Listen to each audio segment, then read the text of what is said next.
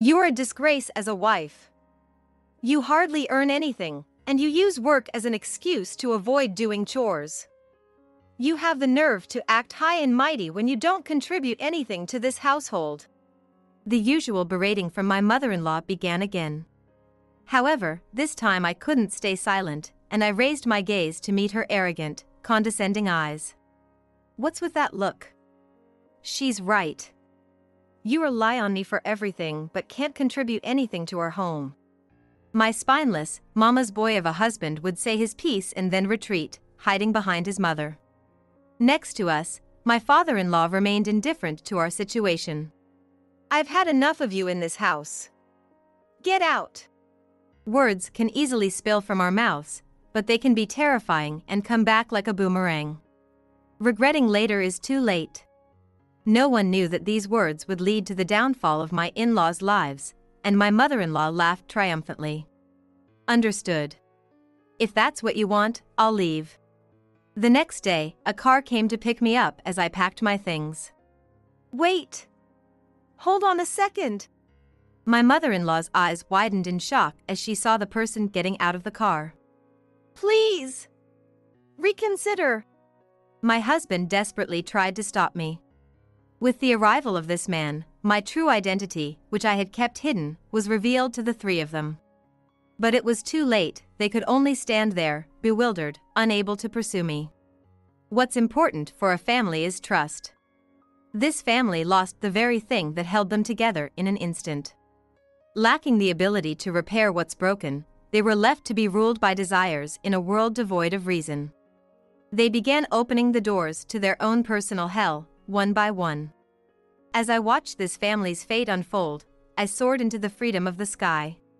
My name is Sarah. I've loved drawing since I was a child, and after graduating from art school, I now work as a designer. My designs, which include bags, accessories, clothing, and furniture, are widely popular, especially among women. Ideally, I'd establish a design office and expand overseas, but in reality, the space given to me as a workplace in my in-laws' home is a windowless storage room, and my work hours are limited, preventing me from fully engaging in my activities. 10 years ago, I married my husband Bobby, whom I met through a friend, and was forced to live with my in-laws at their insistence. At the beginning of our marriage, my in-laws were supportive of my work, promising me a dedicated workspace, ample time to focus on my job, and that my mother-in-law would handle the chores to avoid interrupting my work. They wanted us to live with them because they were anxious about their retirement. My father-in-law could no longer work due to aging and declining health, and my mother-in-law sought to ease her lonely, uncertain life in old age. I agreed to live with them, hoping to support them. But in reality, the house was cramped and cluttered to the point where there was hardly any space to walk. No matter how much I cleaned, my mother-in-law would throw things on the floor and spend her days lounging on the couch. The rooms were overflowing with my in-laws' belongings, and it was a struggle just to secure a place for my husband and me to sleep. The workspace I finally managed to find was a narrow, dim storage room where I was only allowed to place a single desk. Still, I made time to immerse myself in my beloved design work. It was my only escape. Sarah, you haven't cleaned the bathroom. The kitchen is full of trash. Did you vacuum? It's really dirty. Make sure you clean it properly. My mother-in-law's complaints grew by the day. I'm old and my body doesn't move like it used to, you understand that, right? Housework is a wife's job. Despite being in the middle of work, I couldn't help but cover my ears at her snide remarks from behind me. Excuse me, Mom. Could you let me focus on my work? I'll do what I can during breaks. But no matter how much I clean, the room gets messy again immediately. Could you help out a little too? I didn't mean to leave everything to my mother-in-law. I believed that household chores should be shared among family members. What did you say? You should be grateful we're letting you stay here without paying rent. What work? You're just using it as an escape and dumping everything on me. I see right through you. And asking an old woman like me to do housework, what an inconsiderate daughter-in-law. As soon as I spoke up, my mother-in-law went into a frenzy. I just wanted a little cooperation. Oh, poor me. I'm going crazy from the abuse I get from my daughter-in-law every day. I should have gotten a kinder daughter-in-law. With that, she grabbed a large bag and left. Work, what design? You're not doing anything significant. Anyway, make sure everything is done by the time I get back. She yelled so loudly the whole neighborhood could hear. For someone with a frail body, she moved quickly, carrying heavy bags. Despite her words, my mother-in-law was full of energy and frequently headed to a nearby watercolor painting class. At the beginning of our marriage, she empathized deeply with my love for painting and started attending watercolor classes herself, but now, her interest seemed to lie more with the handsome instructor than with painting. Her outfits became more extravagant by the day. Despite the risk of getting paint on them, she wore a new dress and full makeup every day. I hope the teacher likes this souvenir from my trip. Recently, she found friends at the painting class who were also idle, and she started enjoying tea parties and trips frequently. Her energy was astounding for her old body. She often went shopping, buying new clothes, shoes, and cosmetics, and enjoyed lavish lunches and tea parties with her friends, and even trips. You might wonder where she got the money, as she didn't work. Of course, her pension wasn't enough, and money doesn't just appear out of nowhere. In reality, my mother-in-law was using my father-in-law's pension and about half of my husband's income. No wonder we were short on living expenses. Every month, I received cash from my husband for living expenses, but the amount was gradually decreasing. I had no choice but to supplement the shortage from my own income, but the amount I was supplementing far exceeded what I received from my husband. When I wished for a little more money for living expenses, my husband would always side with my mother-in-law. A perfect mama's boy. Why are you being so extravagant? You're just wasting money. Stop begging for money when you don't even work. And I heard from Mom that you don't do any housework even though you're living here for free. His insults continued. I'm giving money to Mom because you can't manage the living expenses properly. Mom can handle the money much better than you. How could he say such things without knowing anything? Watching our argument, my mother-in-law smirked and said arrogantly, "That's right, I don't need your help. Bobby is on my side. As long as you're living in this house, you should do the housework properly. They say they don't rely on me? They live comfortably with the living expenses I provide. It's pointless to argue any further." Suppressing my rising anger, I returned to my workspace, only to be met with their triumphant glances. Meanwhile, my father-in-law pretends not to see anything. He shows no interest in my mother-in-law's behavior and avoids any hassle by staying silent, always sitting in front of the TV, watching his favorite chess program. In place of my extravagant mother-in-law, I managed both work and household chores. To escape her nagging, I worked tirelessly, almost to the point of despair, wondering what I was living for. Yet, my mother-in-law always found something to complain about, like missed spots or a bit of dust, as if she was looking for flaws. Can't you even do the housework when you're home all day? She likely gossips about me with her friends. I lost the will to argue and just obeyed her like a slave, gradually accepting it as my fate. One day, she said, "There's a watercolor exhibition in a few months. The teacher personally asked me to participate because of my talent. I must have a knack for painting, so different from you, who's still struggling with your designs. Maybe I'm better suited for it." Returning home in high spirits, she threw these words at me, disrupting my concentration. "Oh, be quiet. Can't she just leave me alone?" Ignoring my frustration, she continued talking. "But exhibitions cost money. Between creating large pieces and the venue fees, it'll cost about $4,000, quite an expense. But I can't refuse since the teacher asked me." I knew exhibitions were costly, but surely she could cover it with the support from my father-in-law and husband. I ignored her selfish complaints. Then there's the post-exhibition party, the dress, and salon fees. All in all, I need around $6,000. I continued to focus on my work, determined not to react to her annoying voice. But she seemed irritated by my lack of response and changed her tone slightly. "Hey, are you listening? As someone who pursued art, you should understand what I mean. Or are you so untalented and poor that you've never had anything to do with exhibitions and parties?" Reaching my limit with her irritating remarks, I turned around involuntarily. "Can you give me that $6,000? Considering the rent and taxes you owe us, that's a fair amount. You're living here for free, after all. You must have saved up all your earnings, right? You have $6,000, don't you?" As soon as our eyes met, she looked down at me with a sarcastic smile. "You've got to be kidding. Most of my income goes toward living expenses, and even then, we're struggling.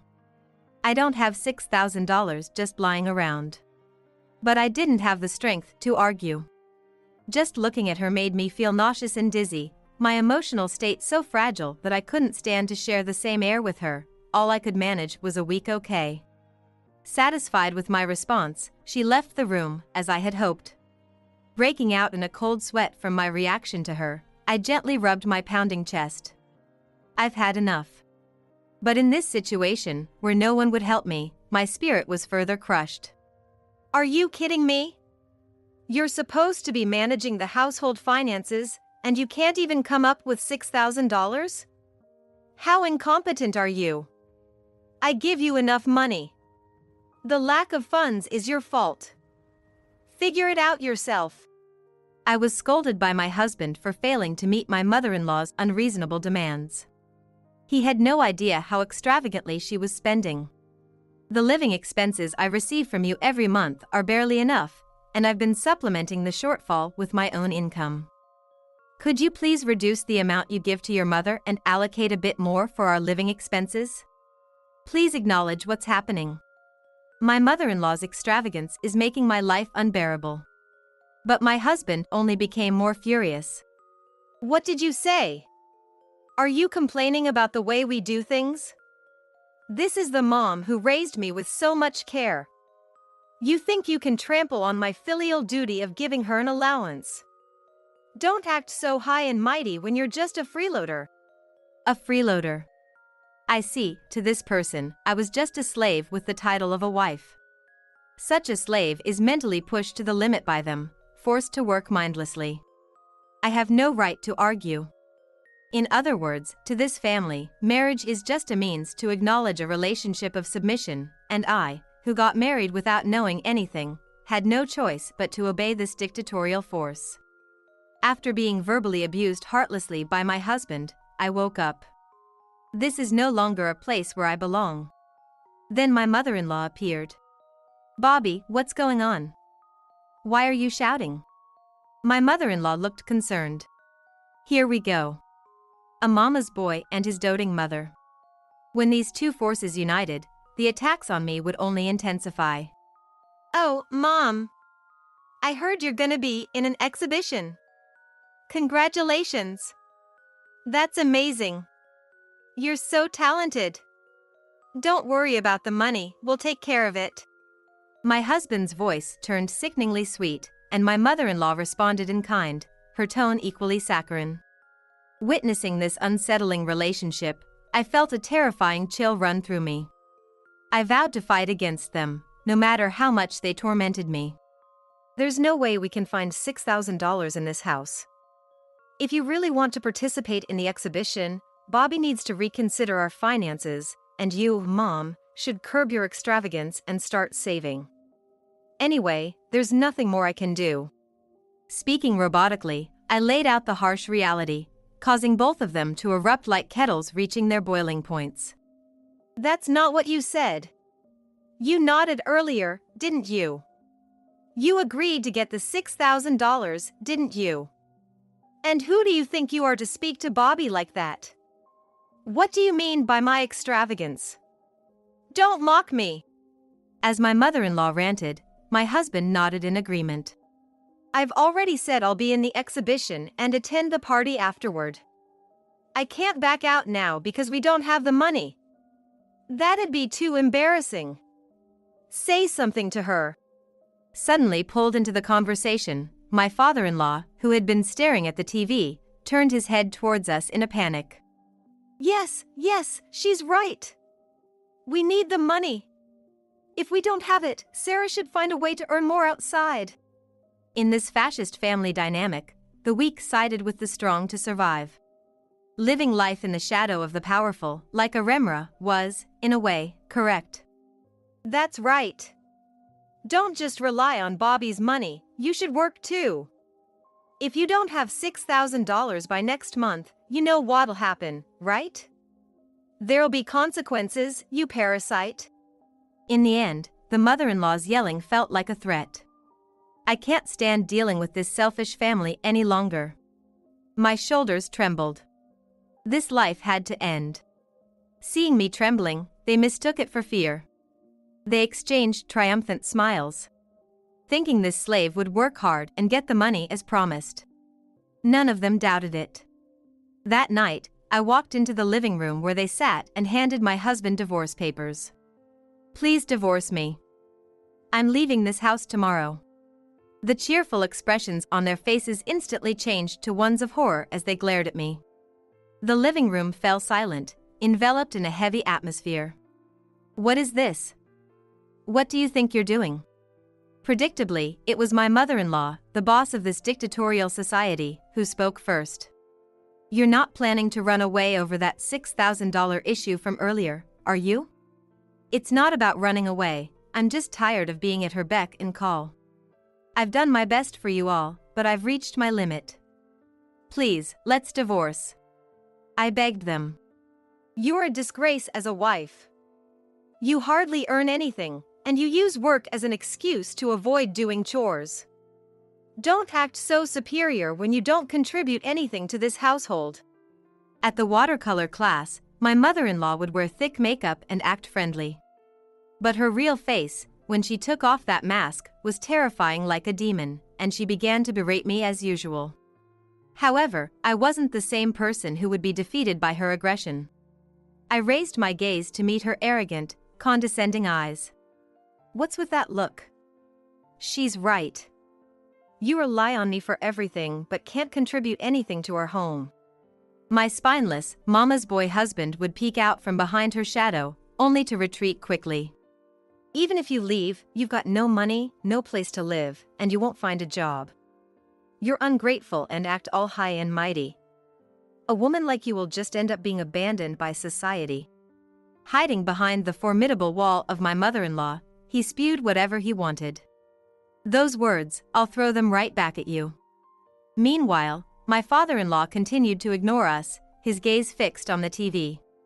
Fine. I'm fed up with having you in this house.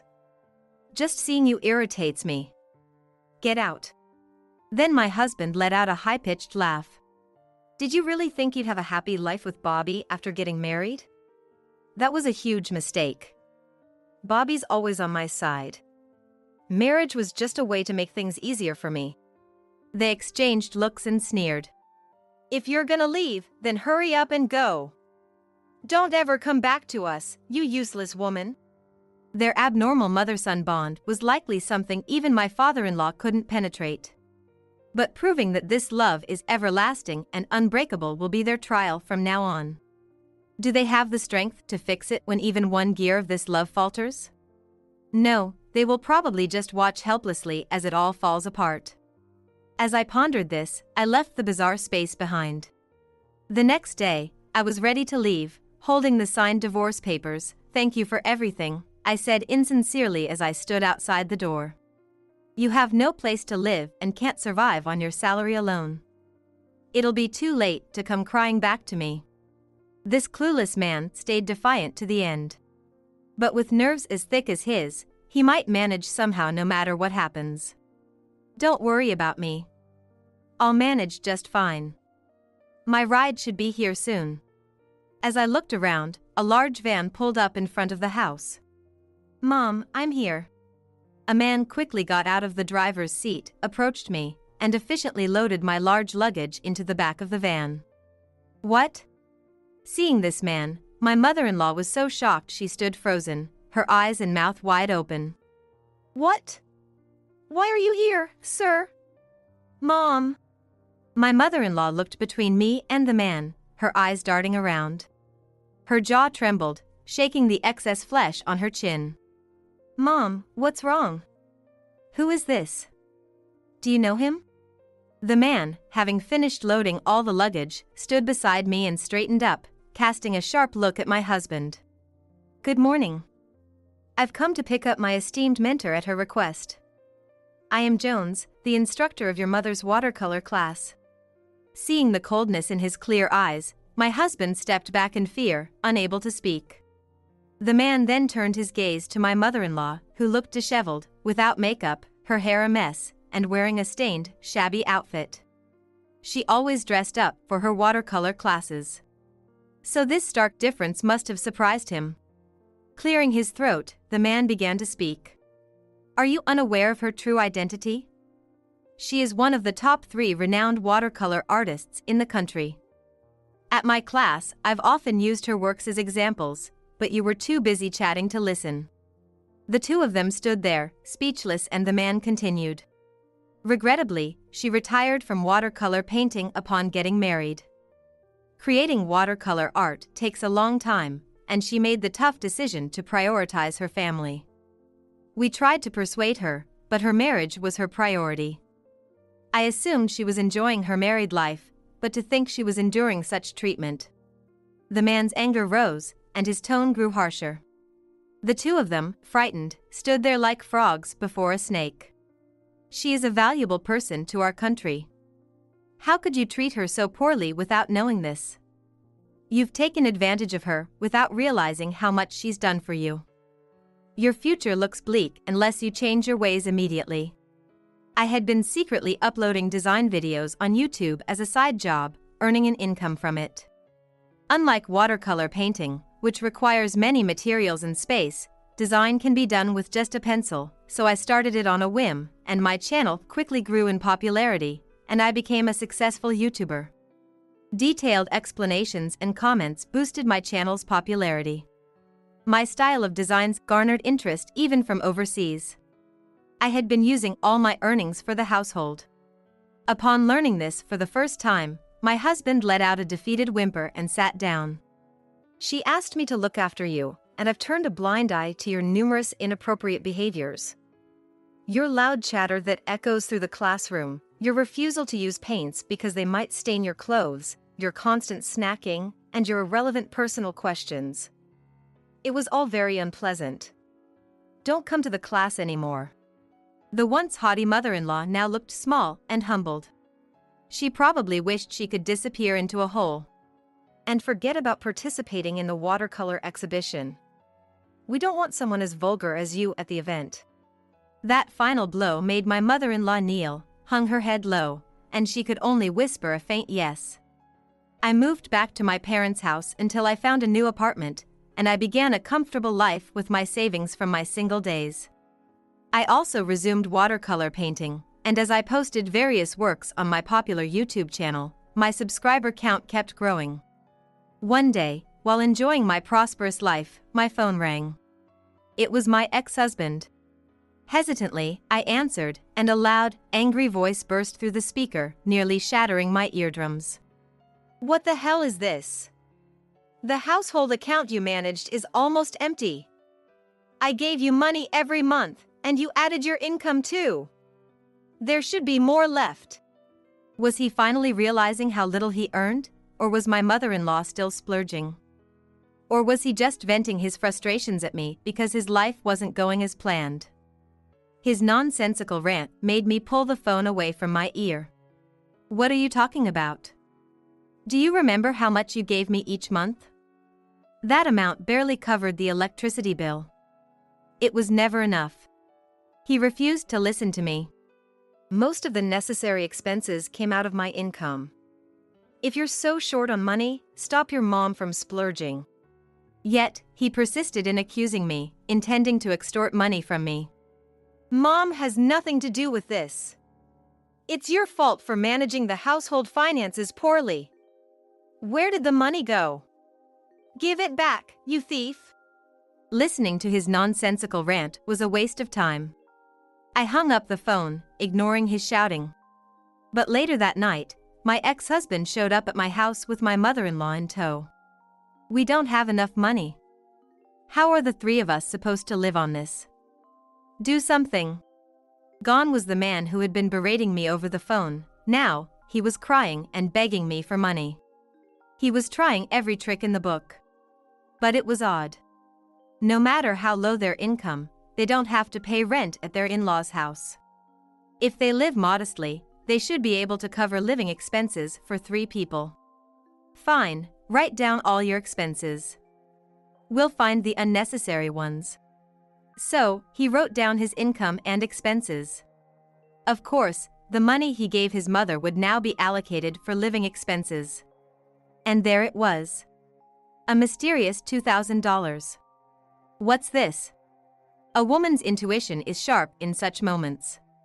Seeing my glare, my ex-husband's face turned red, and sweat began to pour from him. With a strained expression, he mumbled in a small voice. It's just a little fun. I knew it. He had been enjoying the nightlife. Introduced by a senior at work, he started frequenting nightclubs after work. He discovered that paying big money could get him all sorts of services, satisfying his desires with young women. Learning of her son's infidelity, my former mother-in-law's face turned crimson, and before she could speak, she slapped him across the face. You've been fooling around with some filthy woman. Disgusting. You better not have caught anything. I thought you were a good son who cared about his mom, but you spent more money on a cheap woman than on me. Her voice trembled with anger. I didn't raise you to be like this. My ex-husband glared back at her. And you, wearing expensive clothes and heavy makeup just to go to watercolor classes, flirting with the young teacher. He was annoyed by you. I'm better than you. I used my own money to have fun. Their accusations flew back and forth. To an outsider, they were equally to blame, proving the saying that money issues end relationships. Now that we've resolved the money issue, could you please leave? As I said this, my ex-husband turned his irritation towards me, changing the subject abruptly. That's irrelevant. More importantly, you'll have to agree to the division of property. After the divorce, marital assets are divided equally. Didn't you know that? Of course, I knew. His mother, standing next to him, nodded vigorously in agreement. Even if their relationship was strained, they wouldn't hesitate to team up if money was involved. Fine. Then I'll take legal action as well. I pulled out a recorder and some documents. They briefly rejoiced, but soon looked puzzled. This recorder has recordings of the verbal abuse and harassment you both directed at me. And these documents are my daily household ledgers, with receipts for electricity, gas, and everything else. These are concrete evidence. If this goes to court, you'll undoubtedly be required to pay compensation. My ex-husband turned pale, while my former mother-in-law looked confused, not comprehending the situation. What do you mean, compensation? How much are we talking about? It seemed they still didn't grasp the severity of their actions. The amount varies depending on the extent and the victim's mental state, but it generally ranges from $10,000 to $60,000. My former mother-in-law's knees gave out, and she let out a high-pitched scream. What? $60,000? We can't afford that. Please, stop. Don't do this. We'll apologize for everything. She crawled towards me, desperate. Even if we split the assets, most of my share is gone. I used nearly all my income to cover the household expenses, so my savings are minimal. Even if you get a share, the compensation will cost you more. Next, my former mother-in-law tried to placate me. That's right, Bobby. Let's not create more trouble. We'll handle this ourselves. We mustn't make Sarah angry. But my ex-husband, with a sinister smile, wasn't swayed by her plea. Don't pretend. I know you have a secret account with much more money in it. I saw your bank book. There were huge amounts in there. Supporting the strong is the way incompetent people survive in this world. My former mother-in-law switched sides once again, adjusting to the changing dynamics between me and my ex-husband. Is that true? You liar. How dare you deceive me? Now that we know, you can't make excuses. We'll get our fair share. Truly ignorant and naive parent and child. I am so amazed, I almost lose my words. Asset division, as you might know, only includes assets acquired after marriage. Did you check the dates on my account history? Those savings are from before our marriage, when I was single. They're not part of the division. So, they'll get very little. That seemed to settle the matter. My former mother-in-law switched sides again, glaring coldly at my ex-husband. You're useless. You said we'd get the money back, but now we're just leaving in disgrace. I can't rely on you anymore. Realizing he couldn't take anything from me, my ex-husband resorted to his last tactic. I'm sorry. Please, let's start over. He changed his attitude again, groveling with his forehead on the floor, tears streaming down. Pathetic. No matter how dramatic his performance, my feelings wouldn't change. Well, if you return all the living expenses I paid and give me your entire salary for our future living costs, I might consider reconciliation. Of course, I was joking. But he took it seriously, holding his head in despair. Living is tough. You should work hard and support your parents. With that, they left, defeated. Even after that, my ex-husband struggled with money, repeatedly bothering me and showing up at my parents' house begging for money. Finally, we consulted the police, and a restraining order was issued against him. Since then, I haven't seen him, nor do I know what he's up to now.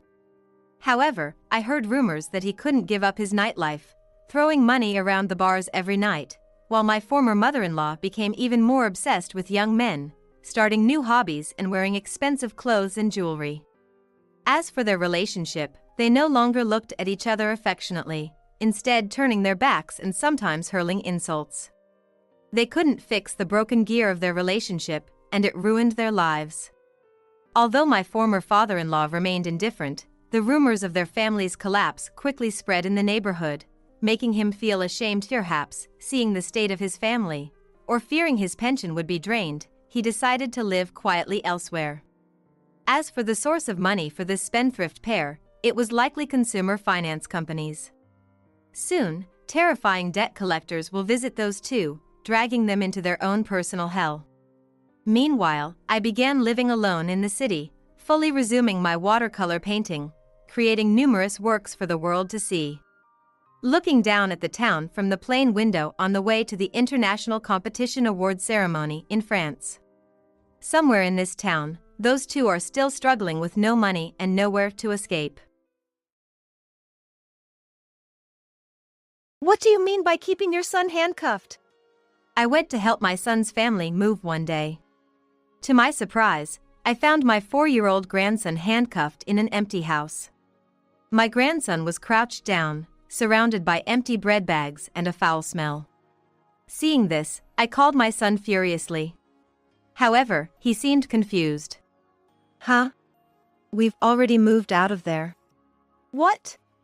The identity of the handcuffed child turned out to be quite alarming. I had been widowed a few years ago and now, at 62, lived alone, working twice a week as a hobby class instructor. I enjoyed my job, known affectionately by my students, and it was a source of fulfillment outside of work. My main joy in life, besides my job, was my 4-year-old grandson, Nick. One day, after finishing work, I checked my phone and found a message from my son, Bob, showing the cute birthday party of my grandson. Nick is already 4 years old. Happy birthday! Can I bring him a present next time? Bob replied, come over any time. At 34, Bob had worked hard to secure a respectable job and was living in the next city with his family. I wasn't very close to his wife, Jennifer, and saw her maybe twice a year.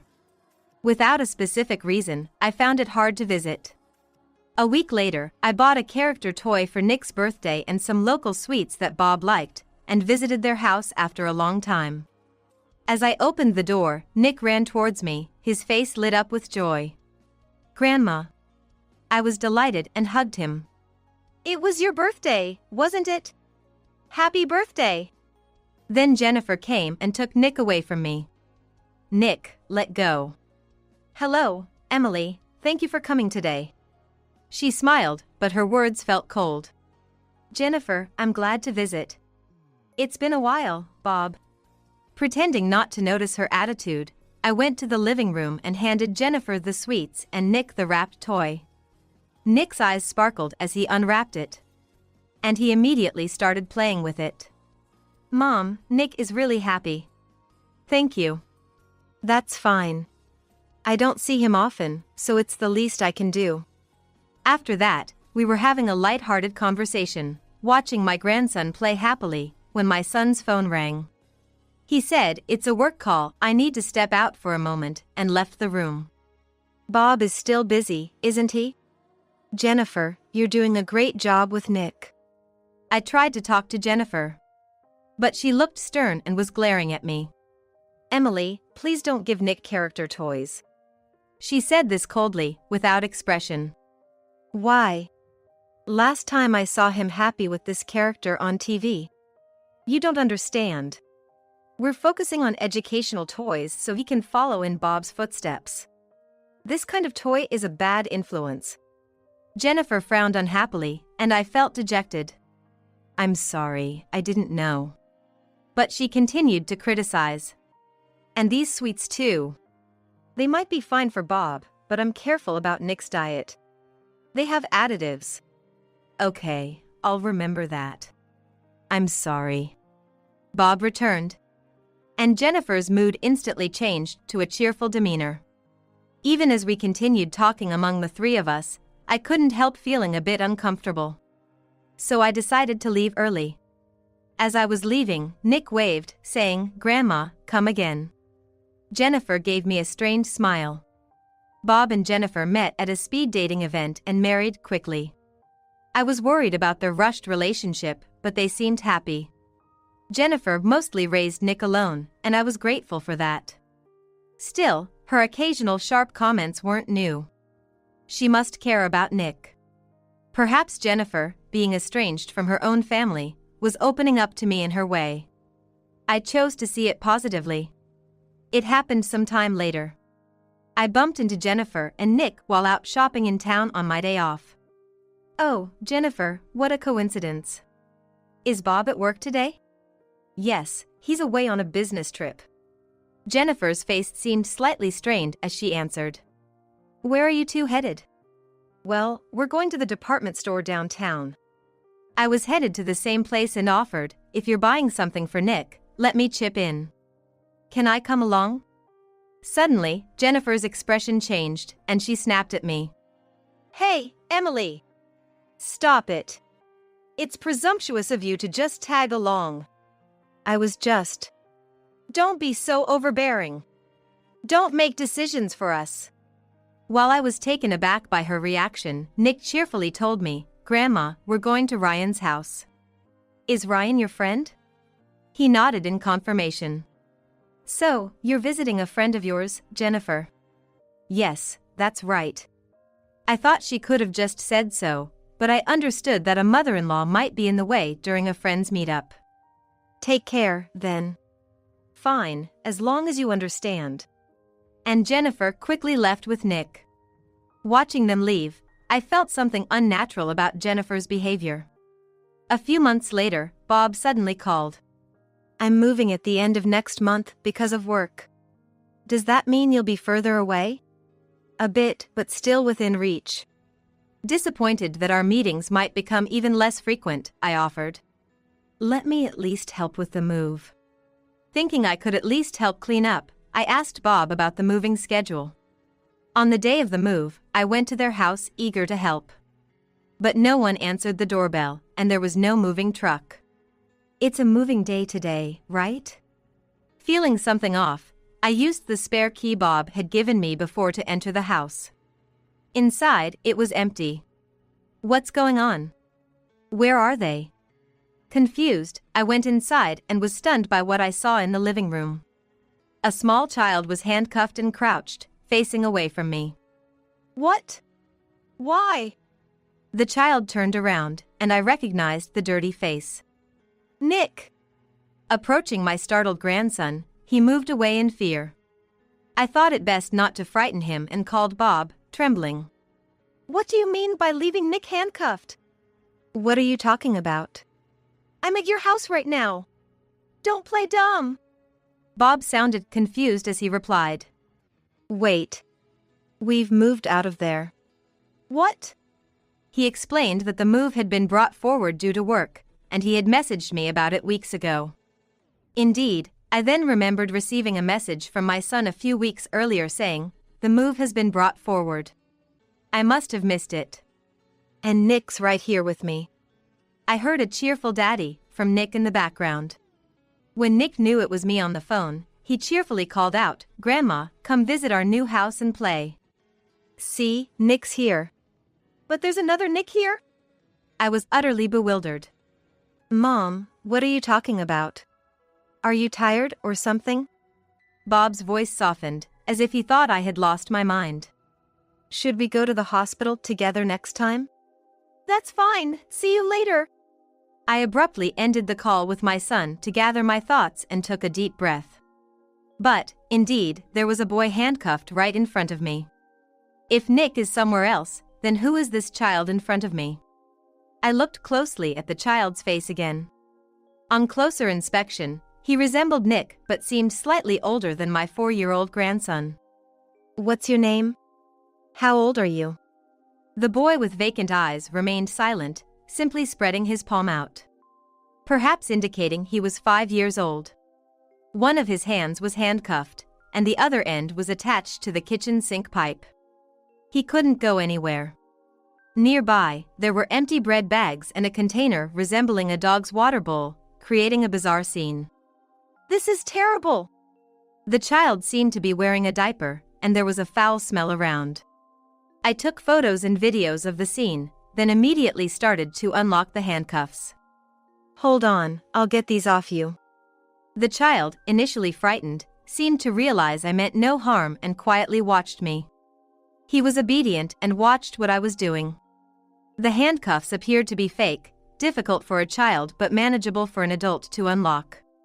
You're safe now. Why are you here? As I freed the child from the handcuffs, I offered him the food and drink I had, continuing to speak to him. However, he remained silent no matter how much I asked. Just as I was considering calling the police, he finally spoke. Mommy told me to stay here. He said that he had been living with his father until a week ago when his father suddenly disappeared. Then his mother appeared, brought him here in the middle of the night, handcuffed him, and left. She returned only once, leaving some water and food. It's cold here, I'm hungry, and I was scared of being alone. I couldn't help but hug the tearful, pitiful child. How could a mother do this to her child? Doesn't she have a heart? Who in the world does this? As I trembled with rage, the child finally revealed his name. So that's how it is. With shaking hands, I took out my phone again and made a call. After explaining the situation, the person on the other line was speechless but promised to come right away. Later, I took the child to the hospital. The next day around noon, I was hiding in a certain place. Soon, I heard the front door unlock and footsteps approaching. I brought food. A woman holding a supermarket plastic bag entered the living room of the house where I was waiting in a closet. I was quietly observing the situation from inside the closet, holding my breath. But the living room was empty except for the handcuffs. Seeing this, Jennifer's face turned pale. Hey, Ryan! Where are you? Answer me! Yes, the boy's name was Ryan. The same friend my grandson had mentioned visiting before. And his mother was Jennifer, my daughter-in-law. Ryan had told me everything. That's why I was waiting in my son's old house, expecting Jennifer to bring food today. Jennifer seemed to be frantically searching the house, opening doors loudly. Ryan isn't here anymore. Emily, what are you doing here? Jennifer, startled to see me revealing myself in the living room, looked as if she was about to collapse. I found the boy. He's been taken to a proper place for protection. Realizing her actions were discovered, Jennifer clicked her tongue and appeared to be deep in thought. Why did you do this? Tell me the truth. Speaking gently to avoid upsetting her further, she suddenly started crying. Actually, before I met Bob, I was in a relationship with a man named Matt and had Ryan out of wedlock. Jennifer spoke, looking down, seemingly in pain. But Matt was abusive, and we split up. That must have been hard. What happened next? In the end, Ryan was taken in by Matt. I didn't want to let him go, but I had no income, and Matt forcefully took him away. She struggled to speak, evidently pained by the memory, but continued. Even after marrying Bob, I would often visit Matt's apartment because I was worried about Ryan. The day she said Nick was playing with his friend, she was actually heading to Matt's apartment. She arranged for Nick and his friend to meet regularly, giving them a chance to play together as brothers. It's sad for both being only children, so I thought it was better this way. Yet, a week ago, after Matt contacted Jennifer, he disappeared. His apartment was vacated, leaving Ryan with nowhere to live. She brought Ryan to this house, which still had a contract until the end of the month. I swear, I've had no relationship with Matt since marrying Bob. But Ryan is still a precious child to me. As I listened without responding, she looked up at me with tears in her eyes. But I couldn't jeopardize my family with Bob. You're a mother, you must understand. Jennifer collapsed on the floor, crying. She appeared to be a very caring and devoted mother at that moment. You said Ryan is a precious child to you, right? Yes, of course. I coldly responded as I looked at her. Then why would you handcuff him, make him wear a diaper, and refer to his food as feed? That's... Her facade of a tragic heroine froze. I thought you were dedicated to education, but is this how you treat a child? There's nothing I can say. Jennifer's eyes darted around, sweat forming on her forehead. And what about this? I took out my phone, played a video, and showed it to her. It showed Nick and his friend playing in front of Matt's place. And Jennifer's voice could be heard from inside. You were taking Nick to Matt's, driving boys out, and having an affair, weren't you? Well, this is... I had found Ryan's apartment the night before and talked to the neighbors. One of them, concerned, had recorded the video. Can you still say you care for the children? You were having an affair with Matt, right? Jennifer's face turned red with anger. Bob knows we're a happy family, right? Please don't destroy it. Don't tell him. As she desperately pleaded, I brushed her off. Why should I keep quiet? Because Bob is. She stopped as the balcony door opened, and there stood Bob. Because I'm a lawyer? Bob. Jennifer looked utterly shocked. Yes, my son Bob's profession is a lawyer. Jennifer, who had been calmly speaking, suddenly showed her true colors and glared at me. Why is Bob here? Did you snitch? Bob stopped Jennifer as she attempted to lunge at me, her face red with anger. I heard everything. You've been betraying me all this time, haven't you? It's not what it looks like. Listen to me. She clung to Bob. Matt is a good-for-nothing. I was deceived by him. In her panic, Jennifer blurted out something outrageous. The only thing good about him was our physical compatibility. And you, with your high-income lawyer job, you're the husband I deserve. Bob looked at her with utter disgust. Betrayal is one thing, but handcuffing a child is inhumane. I can't forgive you. No, I refuse this. She started screaming and acting out like a child, to Bob's dismay. Jennifer, we're getting a divorce. I'm taking care of Nick. And the police are on their way, so calm down. It's all your fault. If you hadn't found him. In desperation, Jennifer pulled out a knife from her bag and charged at me. Then, brandishing it, she ran towards me. Mom, watch out! In that instant, I dodged Jennifer. She lunged at me, cursing, but I swiftly dodged her. Don't run, you old hag. When she attacked again, I knocked the knife from her hand. Forgot I'm a master of combat sports and run a self-defense class? I pinned her to the floor as she groaned. And police sirens approached. Let me go. I'm appalled you show no remorse. Pay for your crimes. Ignoring her screams, I kept her pinned down. The police arrived, and she was taken away, screaming. Bob and I watched silently. Later, I submitted the evidence to the police. Jennifer had brought other tools to harm Ryan. I was wondering what he was going to do after the handcuffs, but I was horrified when I learned from the police that she had even thought about that. She was arrested, and Matt was interrogated. The divorce was finalized. He's suing Jennifer to ensure child support. Jennifer, having lost everything, will struggle to live a normal life outside. Ryan was taken in by Matt's parents, who seemed decent, so I'm relieved. As for me, I moved in with Bob to help raise Nick.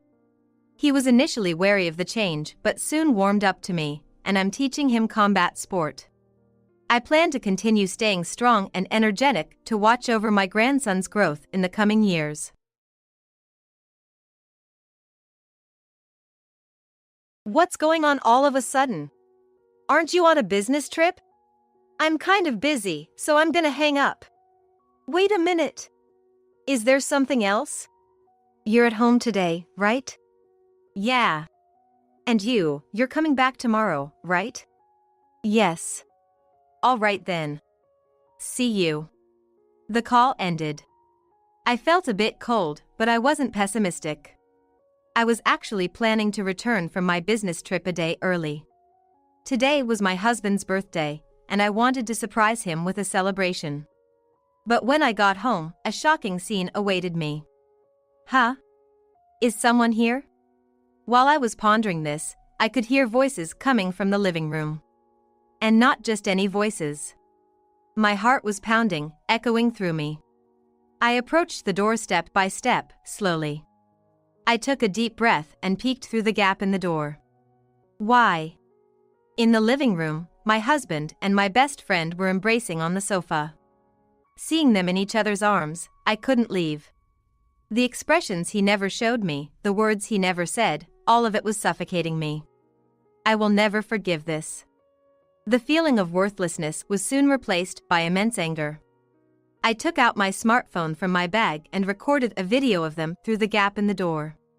Of course, I didn't stop there. I immediately sent the video to someone. That person was my best friend's husband. They're doing this. That's unbelievable. I could feel the same anger and helplessness in his voice, even over the phone. But what should we do? They haven't noticed us yet. So, maybe. I suggested something to my best friend's husband. He accepted the proposal, and we started our plan. As a result, what awaited my husband and the others was hell. My name is Nancy, and I'm 27 years old, working as a salesperson. It wasn't a job I started out loving, but now I find it fulfilling every day. I switched careers to this job, and my trainer back then was the man who would later become my husband, Harry. How's it going? Getting used to the job? Yes. Thanks to you, I've learned a lot. That's good. Looks like you'll be ready to go on sales calls by next week.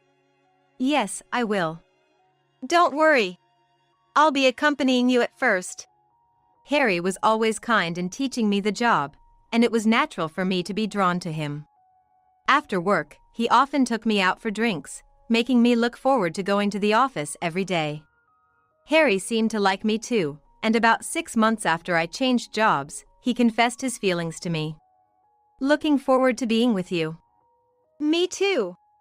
Well, at work, since we're colleagues, we'll need to keep it formal, but feel free to speak casually otherwise. Yeah. I hadn't had much experience with relationships before, so sometimes I wondered if I was good enough for someone like me. But he accepted me for who I was. That's why I placed immense trust in Harry. Another 6 months passed, and a new truth came to light. What's with the formality all of a sudden? Oh, how should I say this? Harry looked unusually weak, something I couldn't have imagined from his usual self. I'll listen properly, okay? Thank you. What Harry told me next was beyond my imagination. Actually, Nancy, you're the first woman I've ever been in a relationship with. What? Really? You didn't seem like it. I've been managing to cover it up until now. Harry said this with a shy look, which made him appear really adorable. I wondered why such a great guy had never had a girlfriend before, but I thought it would be rude to ask and kept it to myself. 2 months later, on my birthday, Harry proposed to me. Of course, I accepted immediately. Here, this is for you. Thank you. It was a ring adorned with a small diamond. Overwhelmed with joy, I hugged Harry. Are you happy? Of course I am. I'm so happy. After that, we rented a new apartment and moved in together. We officially became husband and wife, starting our new life. That's when I got a call from my high school best friend, Adriana. Why didn't you tell me? About what? Not about what. About your marriage. Oh. Right. I had told Adriana about our relationship, but I hadn't informed her about our marriage. Sorry. We've been busy with finding a new place and all. That's okay. Can I come over to visit sometime? Sure, but... And I've got something I want to tell you, too. Okay, got it. From past experience, I knew that when Adriana said something like this, it usually wasn't good news. I mentioned this to Harry. My best friend wants to come over, is that okay? Of course. Thank you. A week later, Adriana came over. I went to the door as the intercom rang. When I opened it, there were 2 people standing there. Well? This is Hugo, my fiancé. What?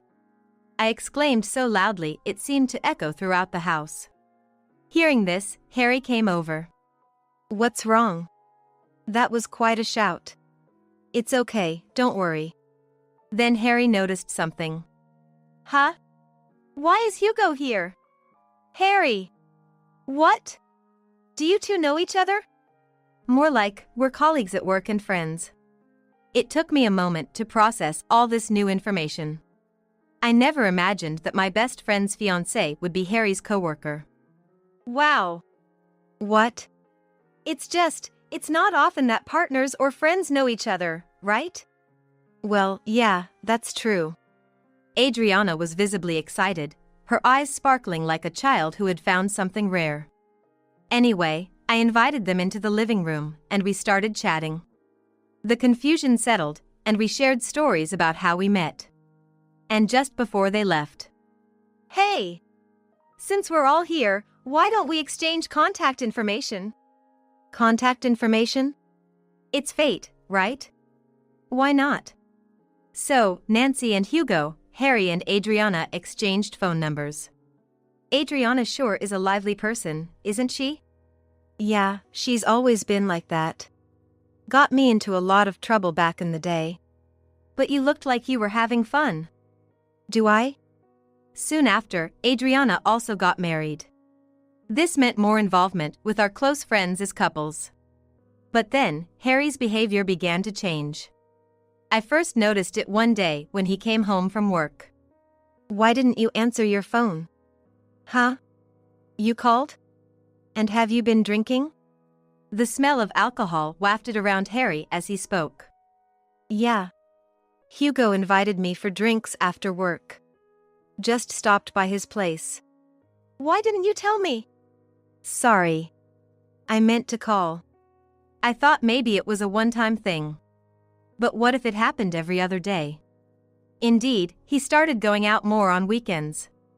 This was the beginning of the cracks in our marriage.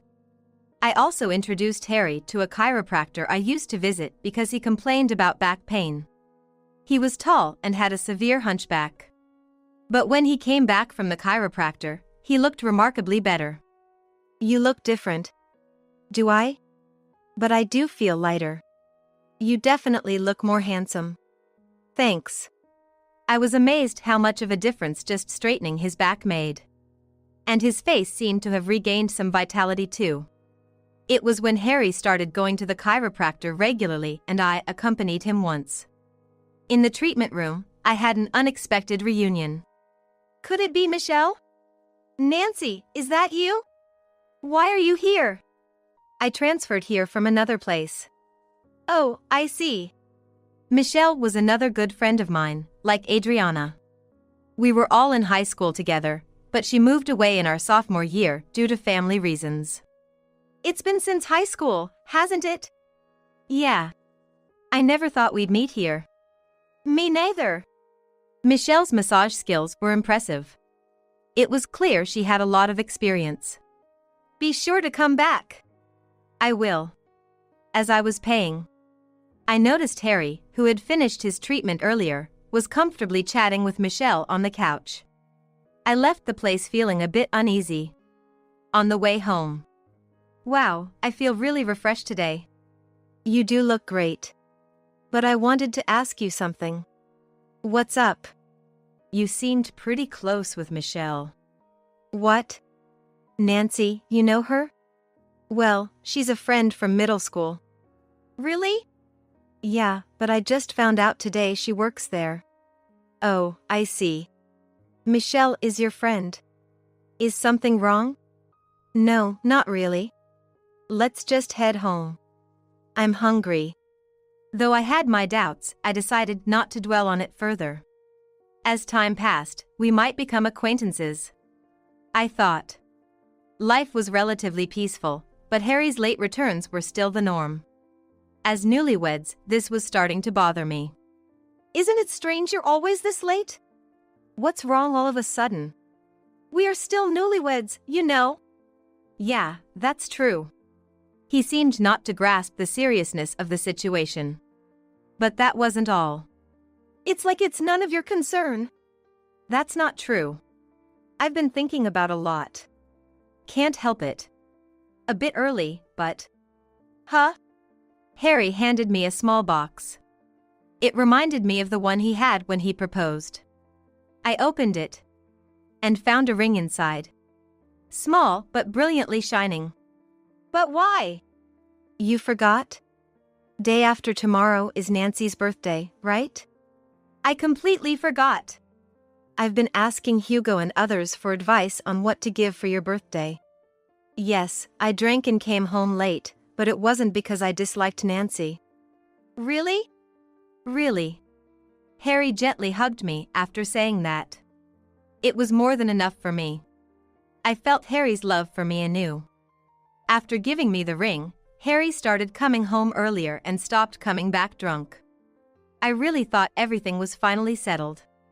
Months passed and the season changed to a cold winter. On Christmas Eve, we decided to gather at our house. It was Harry and me, Adriana and her husband, and Michelle.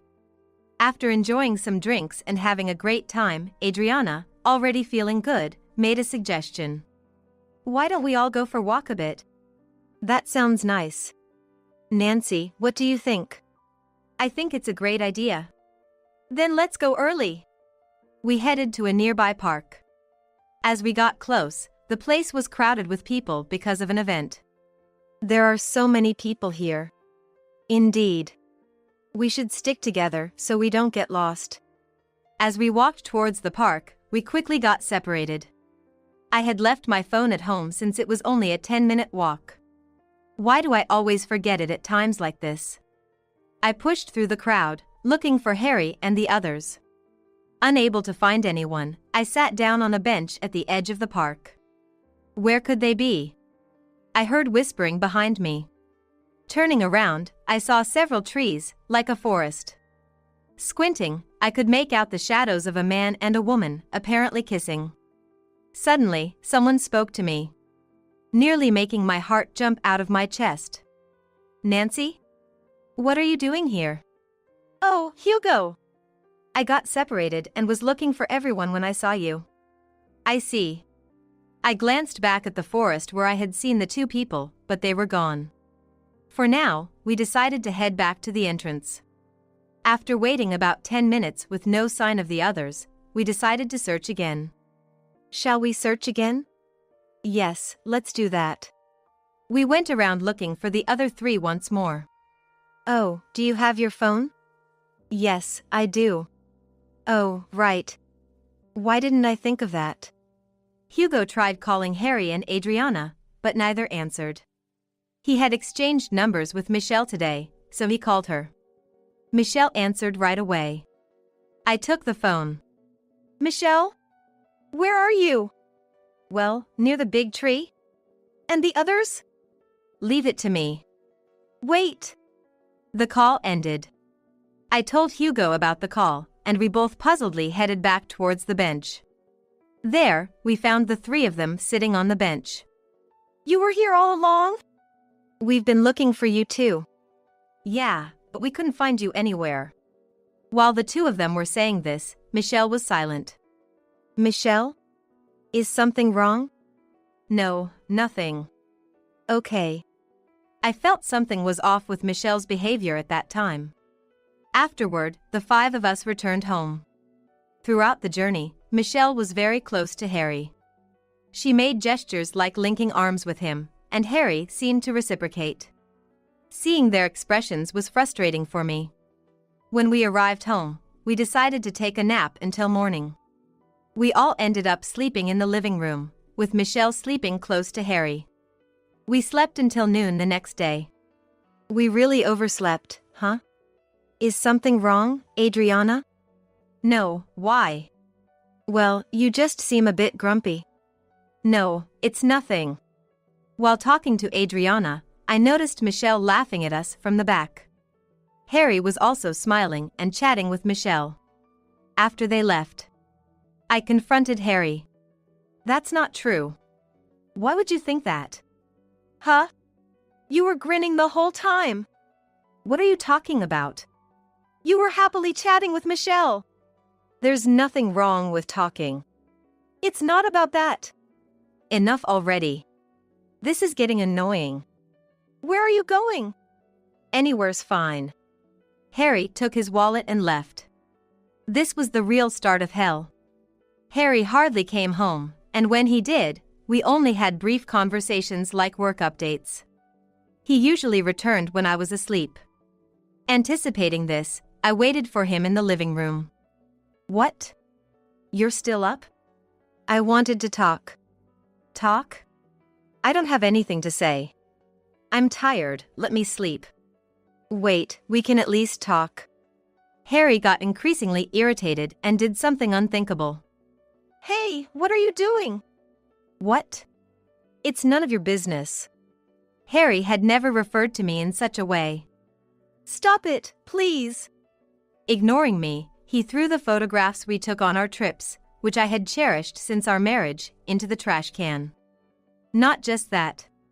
He also carelessly threw away the engagement ring and other items. As if they were garbage.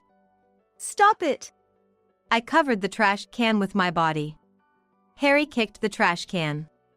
It wasn't too big, but the impact sent me flying.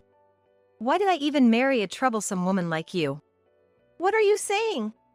His eyes didn't look kind like Harry's anymore. He seemed like a different person, and I was terrified. Because I was covering the trash can, I felt pain in my abdomen. Seriously, how long are you going to stay like that? You're in the way. Do you realize what you're doing? Yeah, I do. From now on, you're going to listen to what I say, right? That's not going to happen. Harry then went to the bedroom and, unbelievably, went to sleep. Meanwhile, I rubbed my stomach and gathered the memories that were thrown in the trash can. I couldn't put them back in their original place, so I stuffed them into a bag I found nearby. I didn't like storing them this way, but I wanted to avoid them being thrown away again. Of course, I wasn't just going to stand by after this. The next day, I used my lunch break to prepare divorce papers. There was no bright future in staying with Harry. I waited for him to come home. He was late as usual. Arriving past midnight. I'm home. Welcome back. Oh, you're still up? I have something important to talk about, sit down. Huh? I don't have time for this. Just sit down. Fine. I managed to get him to sit down. We sat facing each other, but Harry was in a bad mood the entire time. I took a deep breath and faced Harry. Here. I handed him the prepared divorce papers. What's this? Divorce papers. Why? After what happened yesterday, this is the only option. I can't take it anymore. Wait a minute. No way. And you're cheating with Michelle, aren't you? What? What are you talking about? You were always so happy talking to her, and you were all lovey-dovey with Michelle. I was convinced that Harry was cheating on me with Michelle. Aren't you misunderstanding something? Sure, we talked, but that's only because she started the conversation. That doesn't mean you're not cheating. Are you serious? Harry seemed unfazed. If you doubt it so much, why don't you ask Michelle? But if you two are in cahoots, asking won't mean anything. All right.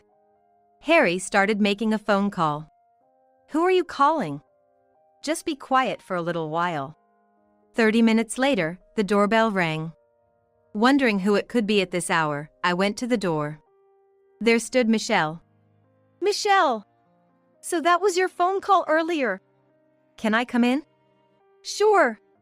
Now it was me, Harry, and Michelle. I was a bit tense, but I couldn't back down.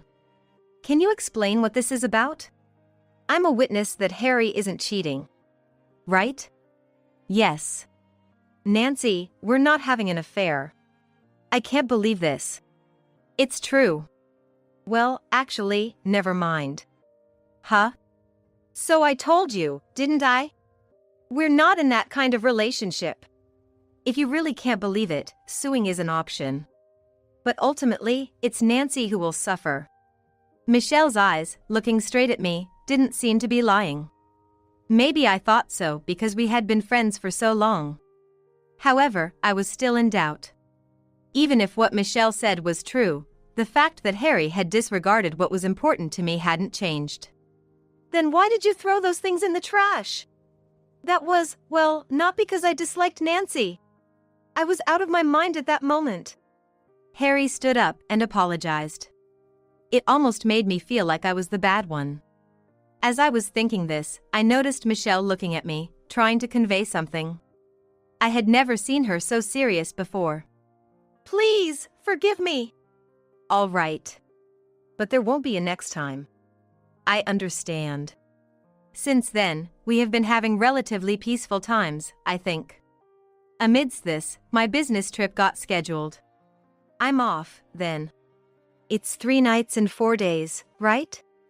Yes. Take care. I left for the business trip. It went smoothly, and I was able to return a day earlier than planned. Returning a day early meant I could celebrate Harry's birthday. I kept my return a surprise. However, since it was Sunday, I would be in trouble if he wasn't home.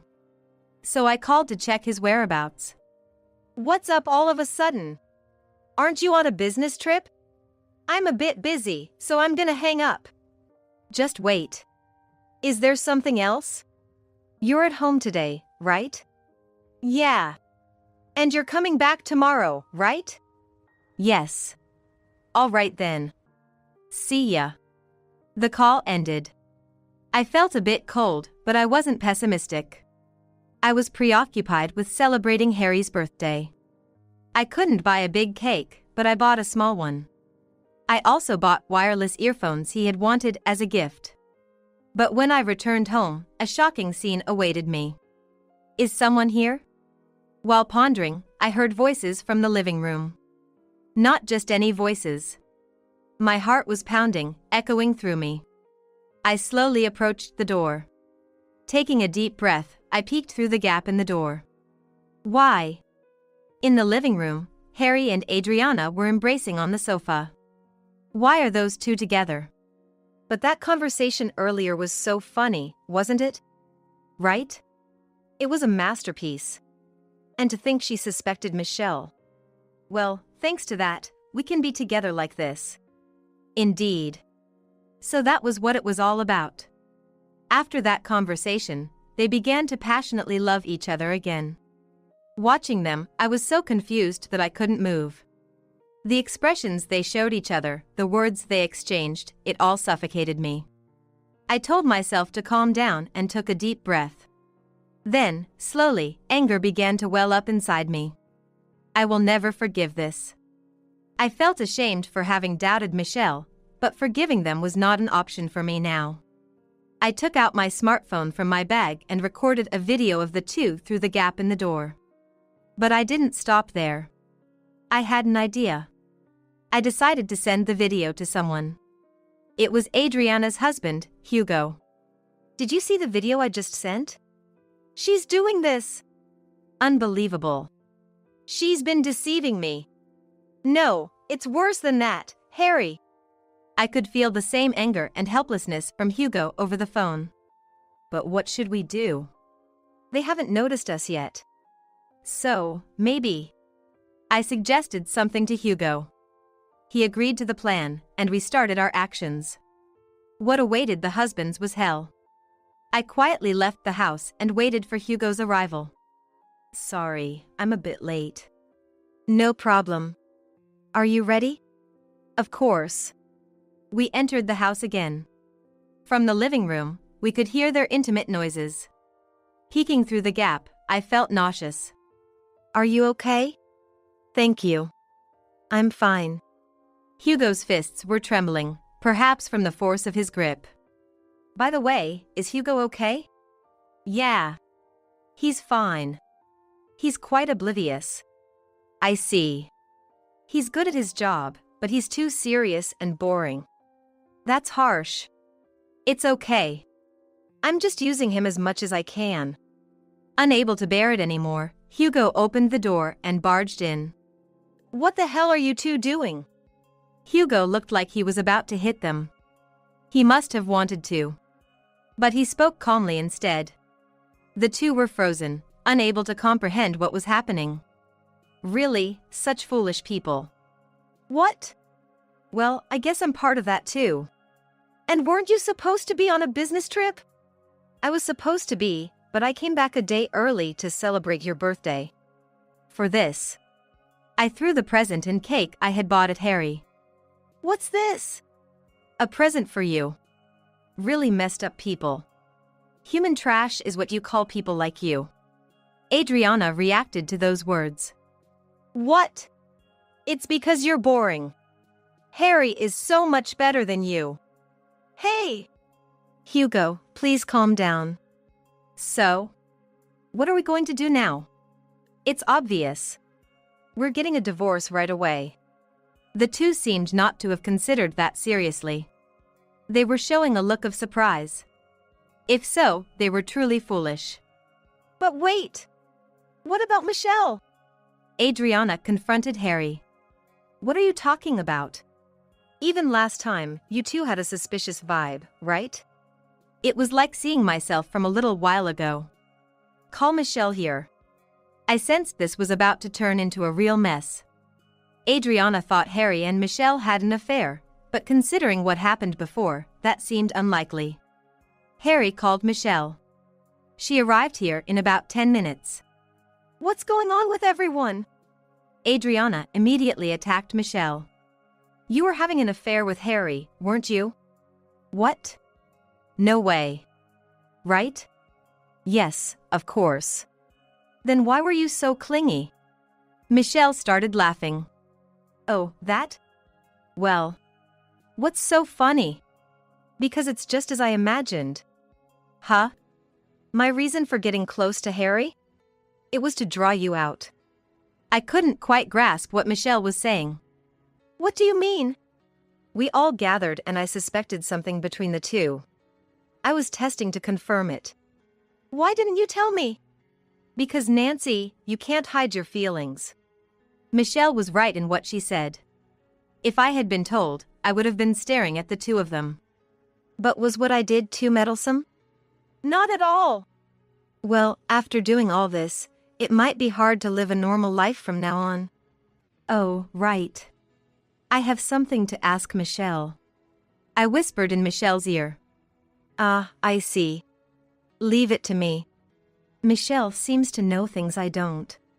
Then Harry and Adriana reacted. Hey! What are you talking about? Nothing important. Aren't you embarrassed, whispering like that? Not at all. Anyway, you'll probably be hearing from a lawyer later. Look forward to it. That's how it is. Can you two leave now? You're in the way. They hurriedly dressed and left the house together. We who remained sat down at the table and took a breather. I'm so tired. But the hard part is just beginning. It's really headache-inducing. Later, we drank canned beer at the house and commiserated with each other. Hugo and I went to a lawyer's office together afterward. With the video I had filmed, our divorce process seemed straightforward. After the divorce was finalized, Harry contacted me. What the hell did you do? What? Why so sudden? Because of you, I had to quit my job. Really? That's interesting. Don't you care? Well, it's your fault, isn't it? Good luck. We're not done talking. Goodbye. I hung up and sighed. I also called Michelle. Thanks to her, Harry had lost his job. What's up? Thanks to you, Michelle. Harry is jobless now. Good to hear. What else did you say besides the video? Stuff about the walk. Like how the two of them were in the woods that time. Trying to start something in the cold. You know, various things. Seriously? But this will make things easier. How's Adriana? I also asked about Adriana, and it seems she also quit her job. I heard from Hugo that things were even worse than imagined. After the divorce, Harry and Adriana started living together, but they were constantly fighting and struggling financially. Really just fools. Since then, I've been enjoying my single life. Michelle and I continued our friendship. From now on, I will